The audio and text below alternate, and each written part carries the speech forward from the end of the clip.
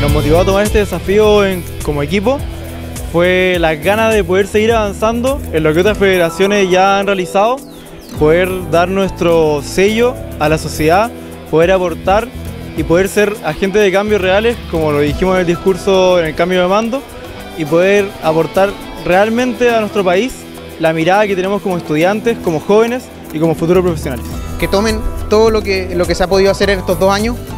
que se den cuenta de cómo hemos avanzado hacia afuera, de cómo se ha avanzado hacia adentro, que visualicen qué más se puede hacer adentro y qué más se puede hacer afuera, que escuchen a los estudiantes porque son ellos los que representan y que se den cuenta de que no tenemos los brazos cortados en ningún aspecto, que si ellos quieren tener los brazos completos y ponerlos al servicio de Chile, los van a poder poner al servicio de Chile. Si es que quieren realizar los cambios ellos y no esperar a que los realice otro, van a poder hacerlo. No hay nada que les impida llegar a lo más alto y transformar esta universidad en lo que Chile espera de ella.